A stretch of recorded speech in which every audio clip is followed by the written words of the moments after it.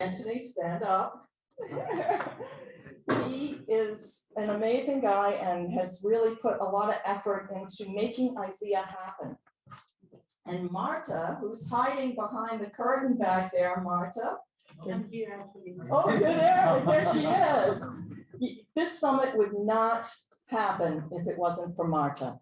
She was amazing. I told her I'm going to hire her, you know, for $500,000 to be my personal assistant because she is so good at what she does. And I also want to thank our team for, we're all volunteers.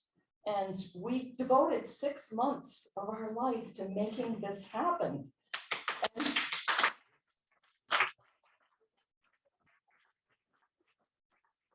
And last of all, I want to thank you, because you guys are the ones that are keeping the history of new media art alive.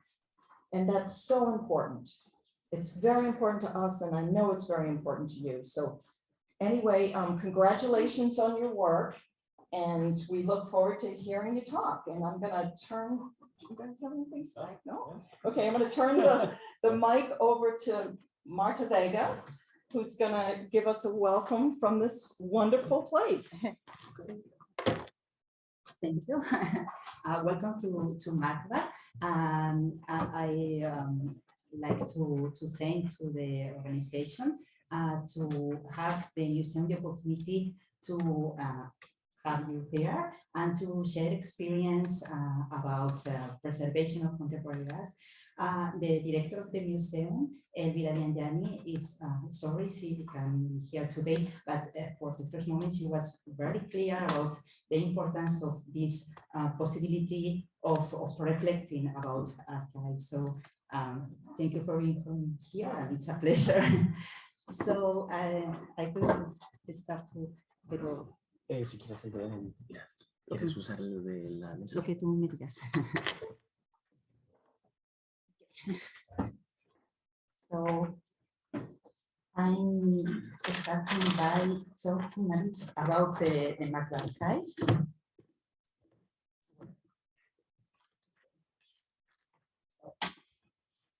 So in 1995, the museum opened to the public with a contemporary collection of art. And one of the main founding goals of the museum was this production of knowledge and research about the art, the post-40s art.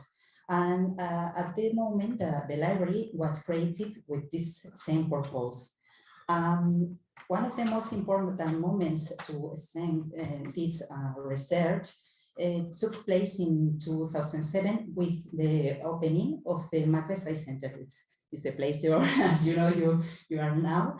And around 6 years after the MACBA opening, we had this opportunity to expand the library that is on the third floor, is this room, and this smaller room is the place where you can consult the archive. And this is the holding room that is in the same floor of the archive, because we had this change to open to a new services that was the archive for the museum. This archive aims to conserve the documentary collections as a part of all the collection heritage of the museum, and to promote the research into contemporary art. The archive preserves the documentation of a special historical value generated by MACBA, but also for other individuals and organizations related to contemporary art practices, as well as an important collection of artist publication that is not so common for an archive, but we have this very interesting collection. This document collection, built around the discursive lines of the museum, is shown to the public through exhibitions and activities. And since the beginning, the archive has faced this challenge of combining the care of the documents with the desire to facilitate their access to the public. And this dual concern has led to the MACBA Study Center to initiate a policy of digitalization of the archival documents. On the other hand, the MACBA Historical Fund, that is the fund that has the documents produced by the MACBA in its activity, was receiving more and more born digital documents. And it was not enough with having the personal computers or something like that to have these documents. This growing need for a digital warehouse and for a system for describing and managing digital files was also essential for the conservation of a significant number of works of art from the MACBA collection. And so in this context, the museum developed the MACBA digital repository that you can consult through internet to manage digital collections, but digitals or born digital. The repository is an online archive for preserving, managing, and disseminating MACBA digital fonts, including photographs, audiovisual, and sound recordings, graphic materials, and documents. And it's the result of the work of several departments of the museum: audiovisuals, collection, conservation, restoration, register, systems. Has been important work. And the repository opened for the public consultation in the museum library on the third floor in 2017, after an design and technical development period carried out by all the teams. And since then, remote access has been progressively available to the public. If we talk a bit about technical specification, the repository has been developed with the consortium and the Serveis Universitaris de Catalunya, and use the DSpace. I don't know if you know that it's an open source software, and we describe the items with the standard Dublin core, with the aim of facilitating interoperability and integration with future systems and repositories. In fact, we catalog the works of art and the archive with a set program that is called Museum Plus. It's a bit old program, but the two programs are not connected, so we have to export the descriptions with something to improve. If we talk about the contents, you can see that we have two kind of communities, that is the artistic collection and the documentary collection. The artistic collection includes the works of art, and as you can see, the items are arranged by object type, and the video collections. The video art is one of the most requested collections by the researchers. We have too the documentary collection, that is the part that I knew better because the part of the archive. And here we preserve and digitize the most relevant documents of the personal and collective funds that MACBA holds, and our own recordings of activities, for example, the conference, and that you can see from home.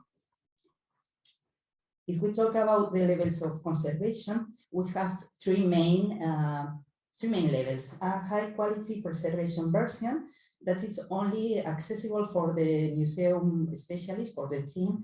For example, the videos, the works of art can be only managed by the conservation restoration department or the audiovisuals. We have a second level in the case of the art collection, not so much in the case of the archive. That is exhibition copy, that is a good medium quality copy to exhibit in MACBA or to lend it to other institutions.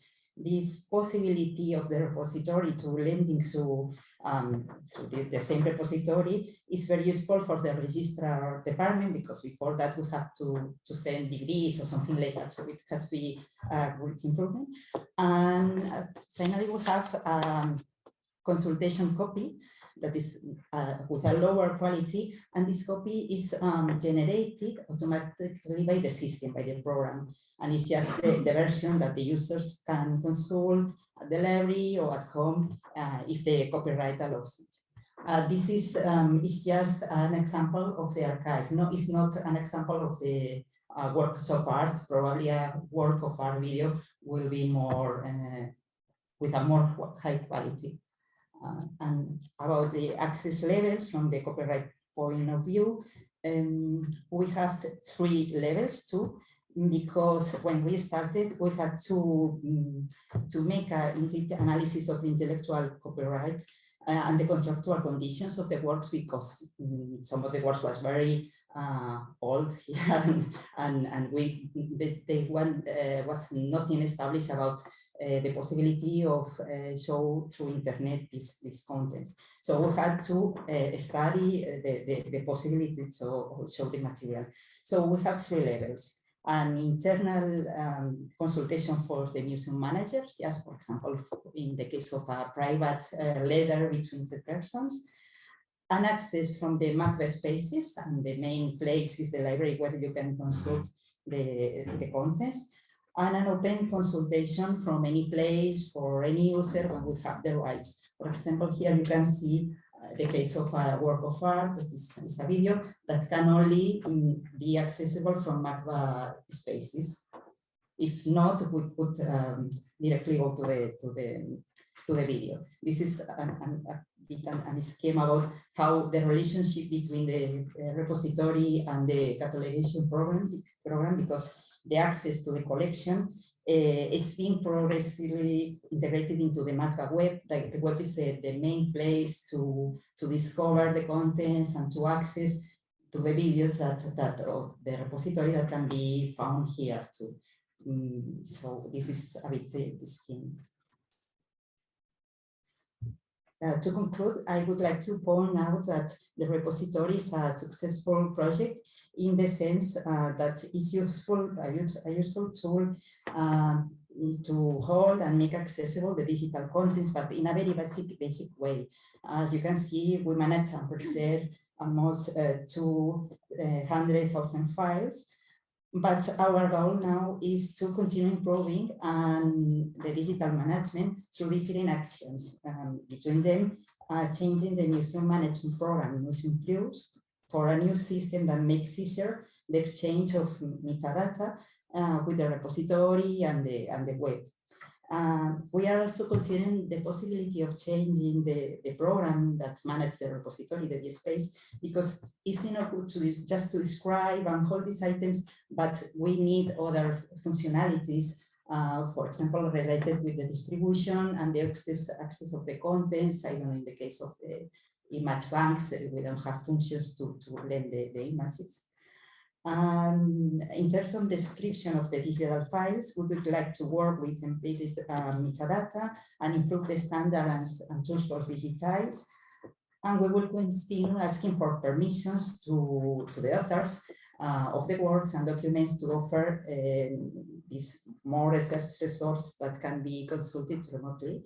And of course, integrating the web and renew the web. And this has been a first steps to preserve the collections, but we have still lots of things to do. And this is just a brief overview of the repository, but I invite you to consult it. We have here in the Capella, in one of the spaces of the museum, a kind of consultation space where you can consult the repository and other projects related with video art, the MACA project, OVNI, and a former collection of La Mediateca La Casa, so I think that can be interesting for you.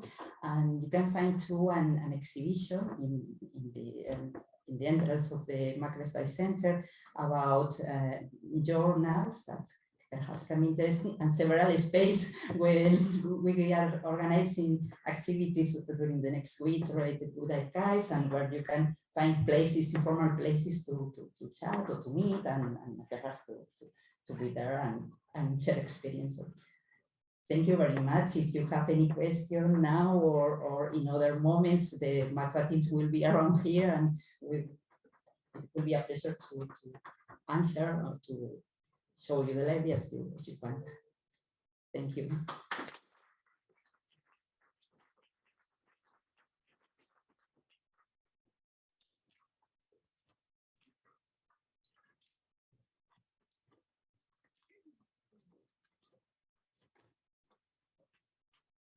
We could have our next speaker get set up while Pal's giving an introduction.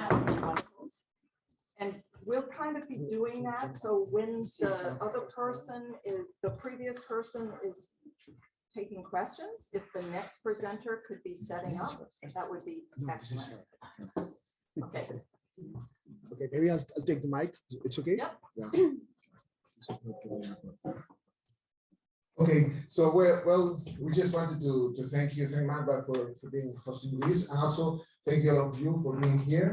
We are Pau Alsina and Irma Vila from the ISEA organization here in Barcelona, and we are so happy that we finally made it to bring ISEA to Barcelona. And also we have to tell you that for us it was very important in the beginning to try to make a specific room for archives and what it means, and preservation and all what it means inside the ISEA. So that's why there's a main track also in ISEA that is highly devoted to archives.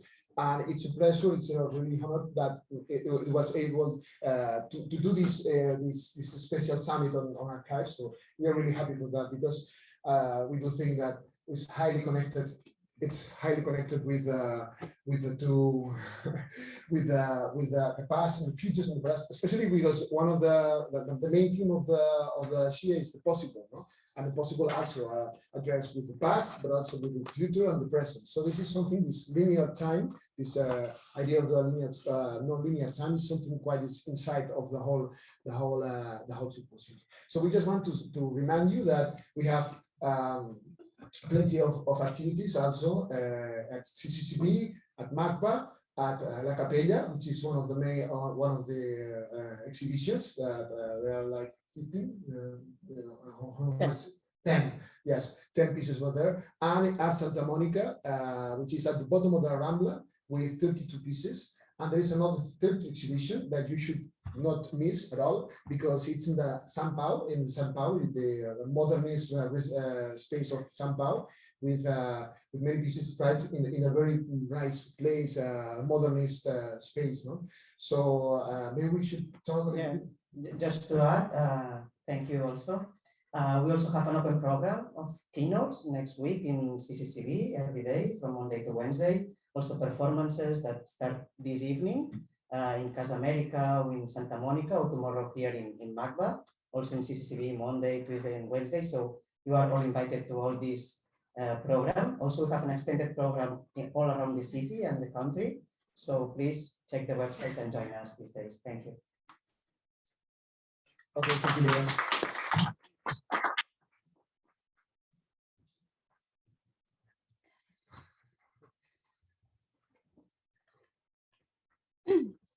Good morning, everyone. We are Luciana de la Vila and Antonio Cagliano from ANGAR's Communication and Research team. First of all, we want to thank ISEA for having us. We also want to thank the people involved in making this possible. Today, we want to share with you the European Project Archive, which started on January 2021 and is going to finish by July 2022. So this means we are in the final phase of the project. In it, ANGAR is working together with several European institutions such as Kersnikova, Container, BioArt Society, Arvins, and Cultivamos Cultura, which is the leader of the project. These institutions have complementary profiles, working on NGOs, museum sectors, publishing, IT, and audiovisual fields.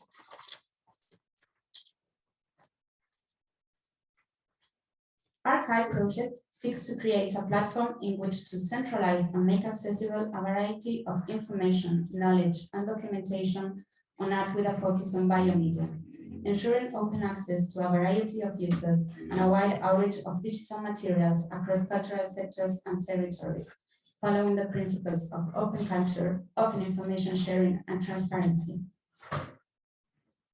The project starts with an enormous challenge and seeks to engage artists, curators, teachers, students, researchers, cultural institutions, and scientific researchers with one central objective: to promote an ecosystem of valuable knowledge about this field that can grow autonomously in the future. But what are we talking about when we say artwork with a focus on biomedia? We are mainly talking about contemporary artworks that are based on biological medium and processes, employing living systems in their content and form. In other words, we are talking about practices and objects that, by the changing nature, resist being captured and catalogued.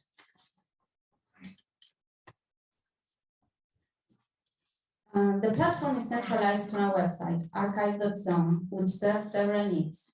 It has two main sections. On one hand, an index of artworks focusing on biomedia coming from different collections.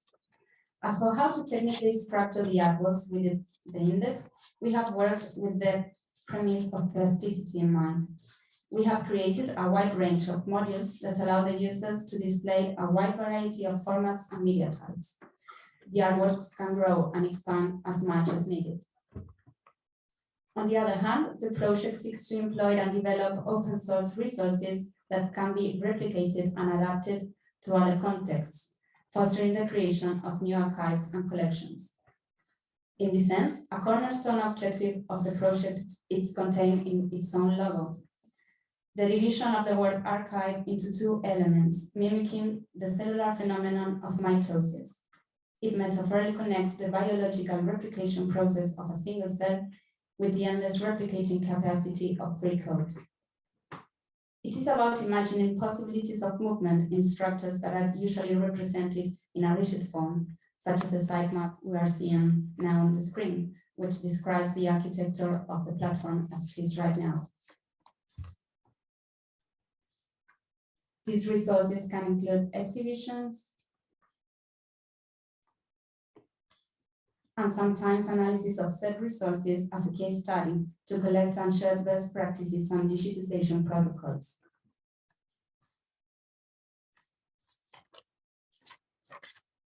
They can also include field workshop, lab workshops.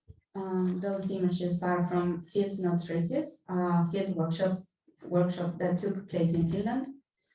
Symposium. Those are from Life as an Object, a symposium held in Ljubljana a few months ago, as well as digitization protocols, podcasts, soundscapes, videos, and texts. This image is the artwork created for the final publication of the project, which is now on its way.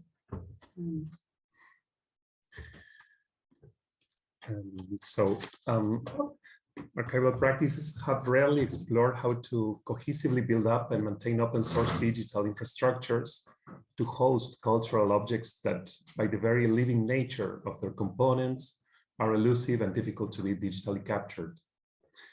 The uninterrupted life cycles of mutation, degradation, and regeneration of artworks, predominantly based on biological materials, open up several questions around digitization and cataloging practices and protocols. Where, for instance, does the most important part of an artwork focus on living materials resides? Is it possible to locate and migrate that specific information in such a way that it can inhabit the digital field without becoming permanently distorted? Should we capture, for instance, all the stages of its life cycle, the beginning and the end, or just one of its phases? Should we correct or absorb the extraneous elements that emerge during the process of digitization? Should we assume that the utterly generic mathematical space of digital three-dimensionality always bring with it the obliteration of its specific surroundings?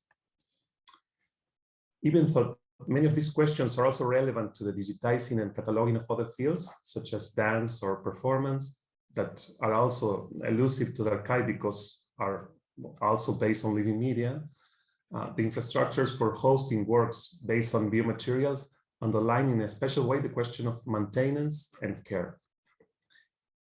It is problematic to define what kind of close ties need to be assumed to keep physical metabolic artworks alive, to understand how to lend them to other institutions, how to transport them and catalog them, how to acquire them and integrate them into museographic collections.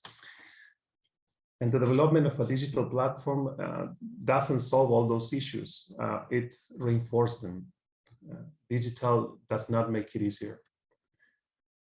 One of the conceptual forces driving archive is to reflect and explore how digitized living materials could be hosted on a network of federated servers that ultimately seek to generate an ecosystem of open source data and code. Thus, when we refer to living matter and ecosystems, we are not only talking about networks of life within the pieces itself, nor a vibrant community of specialized readers, but also to a multidimensional community of researchers, editors, and open source developers who will continue taking care of the infrastructural levels of the platform, generating new iteration of the code, getting behind the content, and expanding the tools and features we have already created. So, what can archival practices learn from engaging with digitized artworks focused on living materials? What performative effects do artworks focused on living materials produce on hard structures of knowledge, such as the collection or the archive? The encounters between the political background of open source communities and the specialized field of artistic practices working predominantly with biomedia opens up an infinite space of thought and conceptual articulation, These are, in any case, forms of institutional research that acquire existence in practice, as happens with artistic research in general. They exist as knowledge because they are made in the making and in alliance with the materials rather than before. It is almost impossible to think how diverse digital objects and heterogeneous collections can fluidly coexist within a platform before thinking about what open source web designs allow us to do. Establishing a set of curatorial criteria that organize the admittance of content to the platform enables not only the crafting of editorial statements, but also the imagining of administrative roles and design of a sustainable and accessible UX for platform contributors. It is in the reciprocal entanglement of discussion and technique applied to materials that a deeper understanding of how to take care of living things is finally produced. Thank you.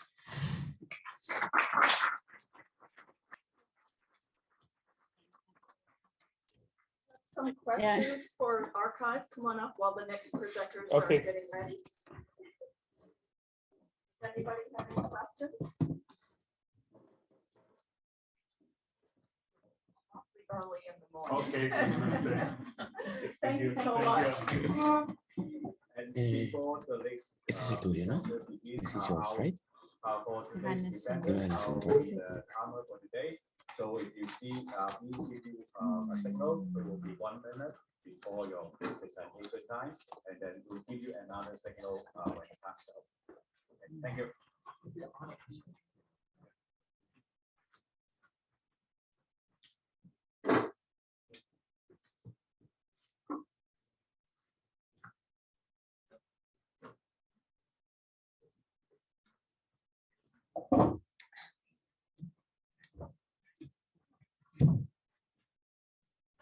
Good morning, everyone. I'm Constanza Brencic. I'm a dance artist. And today I will present an artistic research project about embodied archiving practices commissioned by El Grane Fábrica de Creació, Music Museum of Barcelona, and the Institute of Culture of Barcelona. Also, we have the complicity of Gràcia Territori Sonor, because this project is about the personal archive of Víctor Nubla. Víctor Nubla was a musician, poet, and a cultural agitator of Barcelona, and he was founder of Gràcia Territori Sonor. And this project was commissioned by Museum de la Música, who asked me to go into this archive and do an artistic piece out of it. So we started to work with that, and we developed many different methodologies, which I'm going to talk about them now. Okay, so what the main theme that we worked with was the obsolete sound register devices, in particular the underground cassette, which Nubla's archive is a bold example, and also the relationship between archiving and contemporary interdisciplinary artists artistic practices. So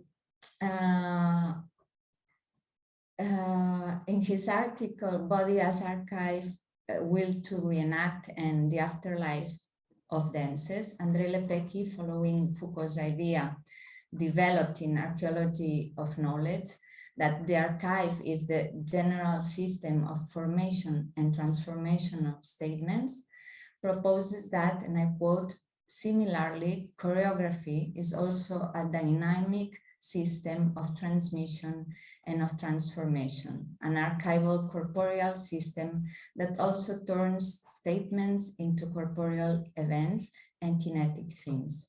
That is to say, because it is a system of transformation, the archive is in itself a critical point, a singularity. Excuse me, you need to advance it on this so Yes. the audience can see. Okay.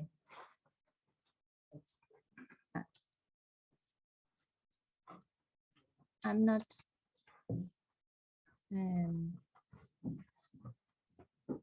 Okay, yes. These are some pictures of the process. So I will pass on.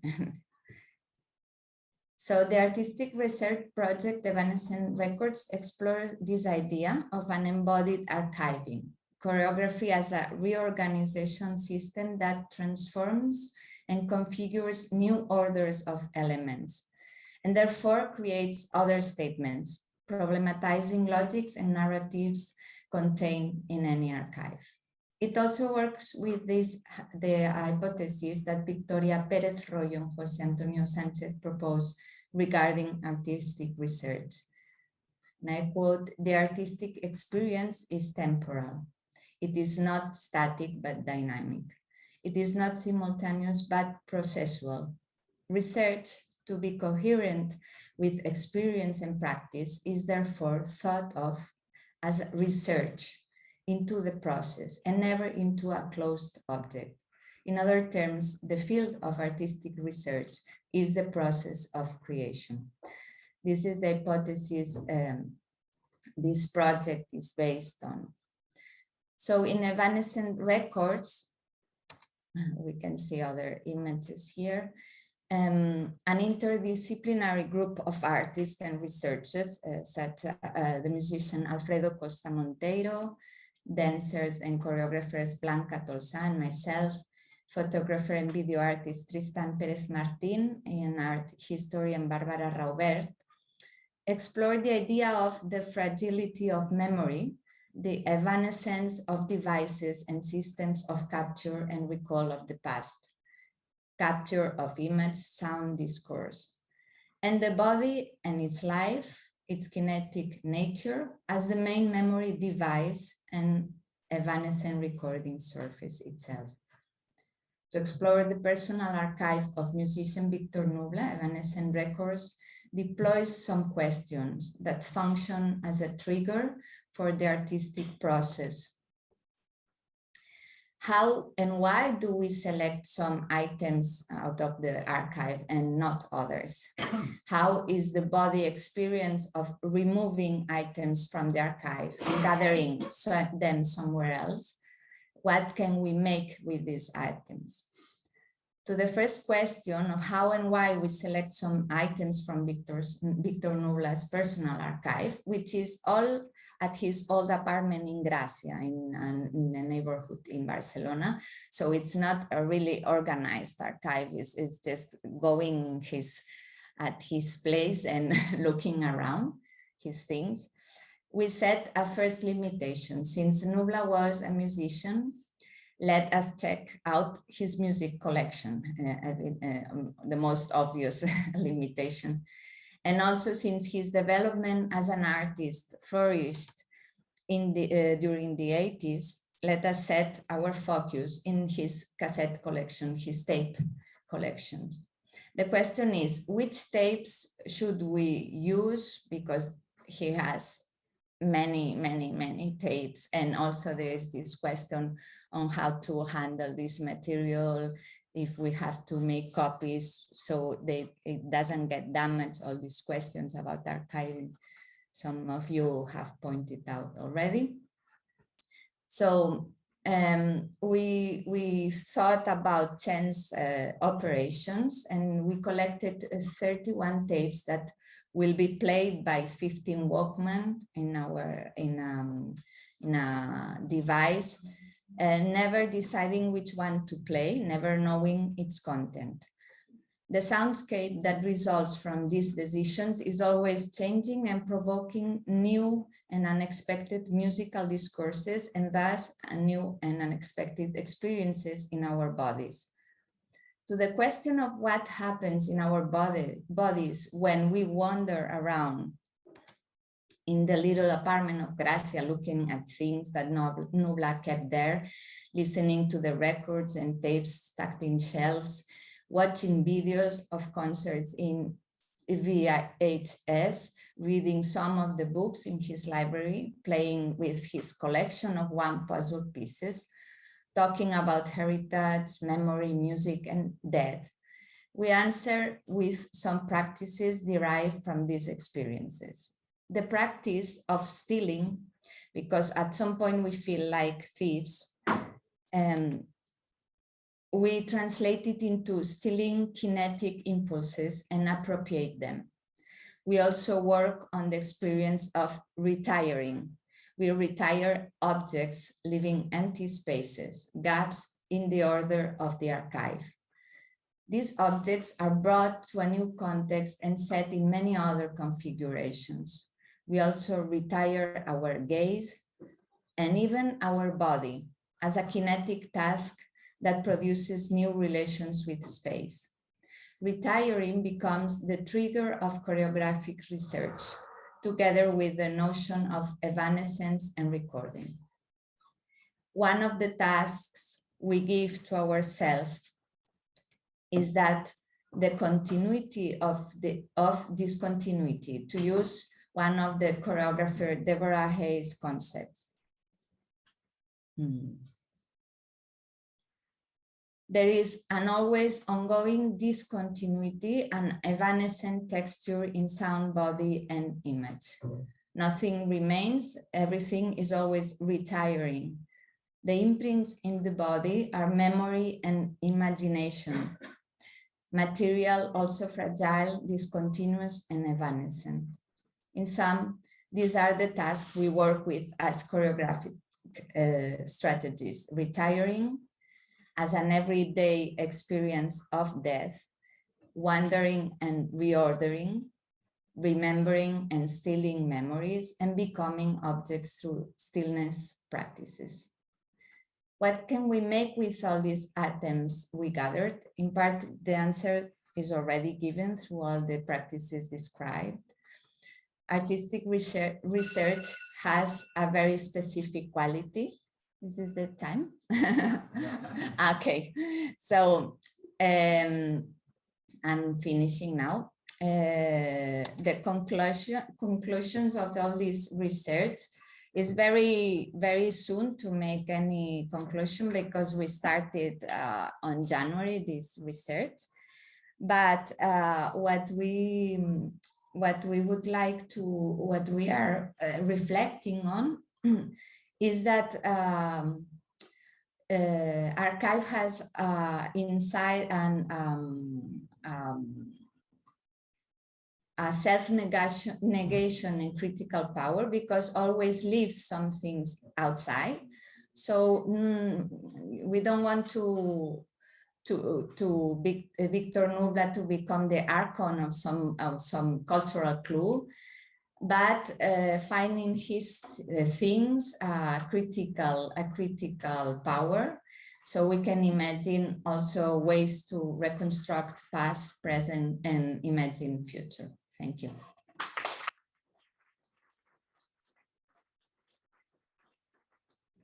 Awesome things about the summit is that it's a hybrid, a true hybrid event. Half of our speakers will be coming in remotely from around the world. Matter of fact, we have 17 countries represented in our presenters. And so our next presenter, Flora, will be coming in remotely. Hi, can you hear me? I hope everything will going to be just fine with this remote presentation.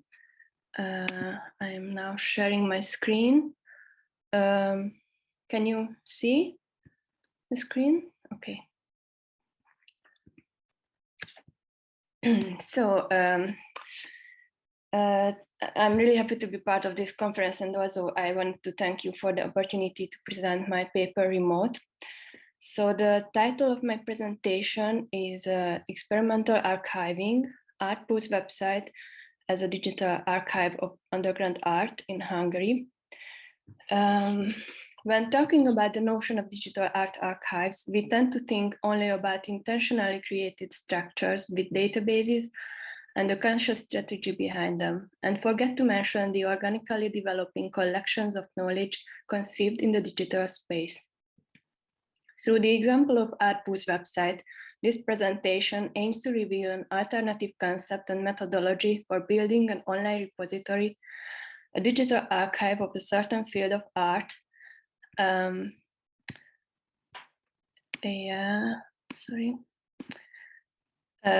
underground art scene developed in the 90s.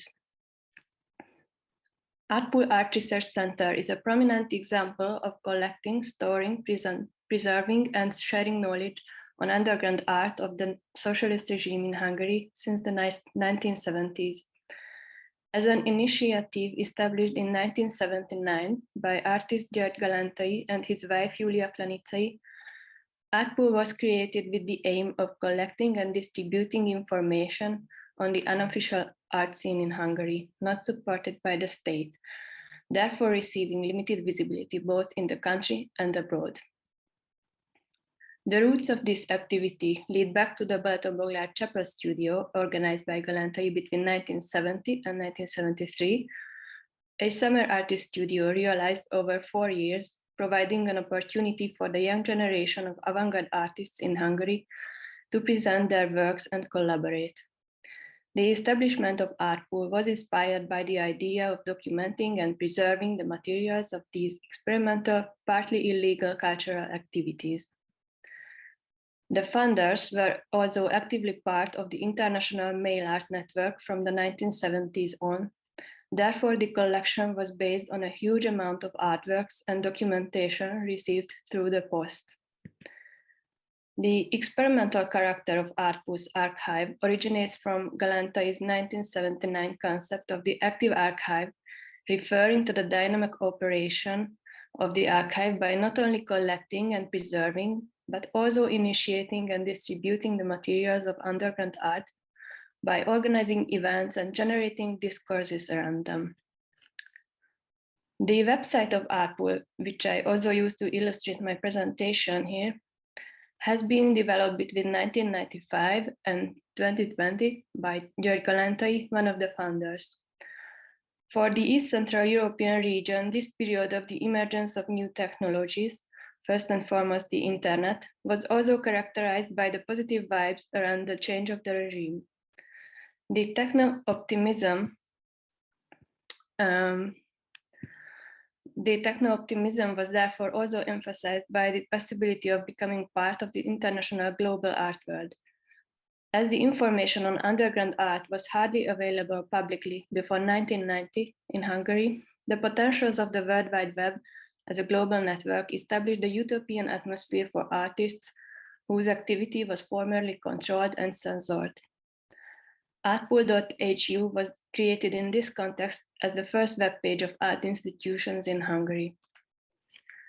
The website is based on a complex hyperlink structure surrounded by a multimedia environment for artworks and information on the Hungarian and international art world, linked to each other on several layers. Inspired by Galantai's former mail art activities, the internet served him as a platform for communication and building networks from the very beginning. The net provided the possibility for Artpool to share information on the avant-garde art of the 1970s and 80s, therefore creating the largest online collection of the documentation of underground art and experimental practices in Hungary. Galantai used the multimedia potentials of the web to create a unique environment for this specific field of art, thereby ensuring the website itself to be an experimental piece of art by using the internet as a medium. Artpool.hu therefore not only serves as a digital archive of the underground art scene in Hungary, but also as a relic to be archived as an archetype of the internet culture of the 90s. The access to the internet provided the circumstances for Artpool to transform its former activity of experimental archiving into the digital space. The first drafts for the website, here on the left, designed by Galantai, recall the same approaches that Artpool used for collecting information on the international art scene. The invitation sentence, "Please send me information about your activity," welcomed visitors on the homepage, evoking a call Galantai made to his contacts of the International Mail Art Network in 1978. This approach represents the main idea behind Artpool's operation, using the potential of networking to dynamize the archive despite its peripheral position. The internet as a technological form of networking has supported this idea from the 90s on. As stated by Zdenka Badovinac, due to the lack of access to institutions of progressive artists of the former Eastern Bloc, archival practices under the socialist regime were characterized by the method of self-archiving and self-historicizing. Artpool has been concentrating on archiving its own activity from its establishment, not only in the form of documents preserved in the archival space, but also by distributing a samizdat publication called Artpool Letter, or the samizdat cassette series Artpool Radio in the 1980s that included descriptions and recordings of their activity, still serving as primary sources of underground art practices of the period. For Artpool, the possibilities of the digital environment and the internet have emerged parallel to the accessibility of a wider public. Therefore, sharing knowledge based on the materials preserved at the archive was as important as communicating about Artpool itself. The idea of considering Artpool's website a digital archive is also connected to the structure of the website. Galantai's first drafts for the menu page and the construction of the website adopted the logic of the archive itself, not only by reflecting on the experimental character of Artpool as an art project, but also by evoking the system of the collections in the online space, as well as creating specific pages that use the archival formats, such as thematic chronologies, bibliographies, registers of artists and actors of the underground art, other encyclopedic collections, and the various types of digitized audiovisual content.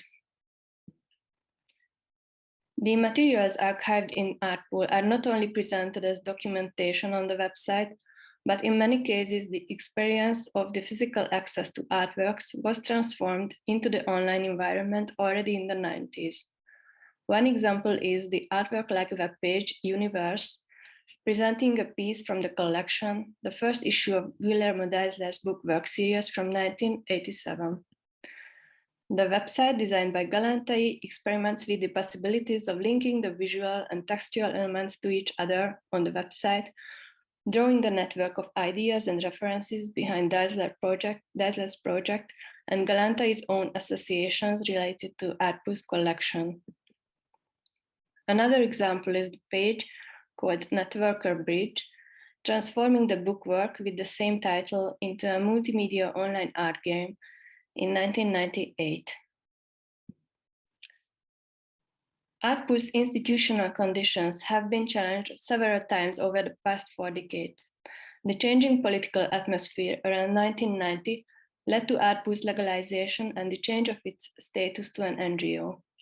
In 1992, the archive moved from the founder's studio to a new location provided by the municipality of Budapest, which enabled the archive to operate with fixed opening hours and public access for researchers. After operating as an NGO for 25 years, in 2015, Artpool became a department of the Museum of Fine Arts in Budapest as a result of the ongoing political attempts in Hungary rendering the existence of non-governmental organizations impossible. Galantai has reflected on this institutional transformation on the website as the end of history by evoking William Flusser's essay on the end of history.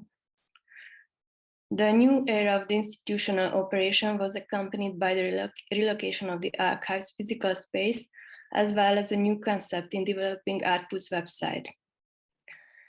The renewal of the website was initiated by the new generation of leadership directing ARPU since 2020, and the new version of arpu.hu was published in 2021.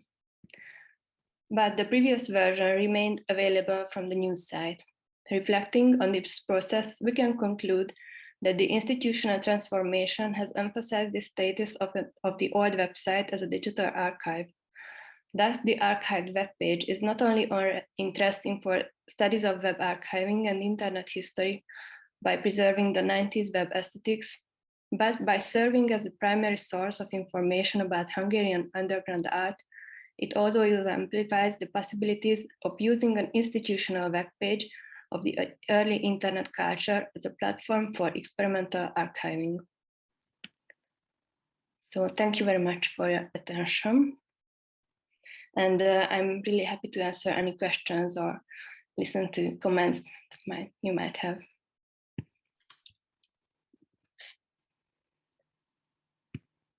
Anybody has some questions for Flora? We could.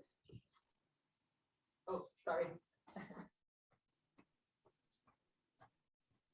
If anybody has, no, I'll try this one. If anybody has some questions for Flora, then we can communicate directly. Well, actually, she can hear me through the mic. So yeah. People haven't been asking questions today, Flora, so don't feel bad. No problem. They haven't woke up yet. That was a wonderful presentation, by the way. Thank you so much. Okay, let's go ahead and get our next speaker ready to go.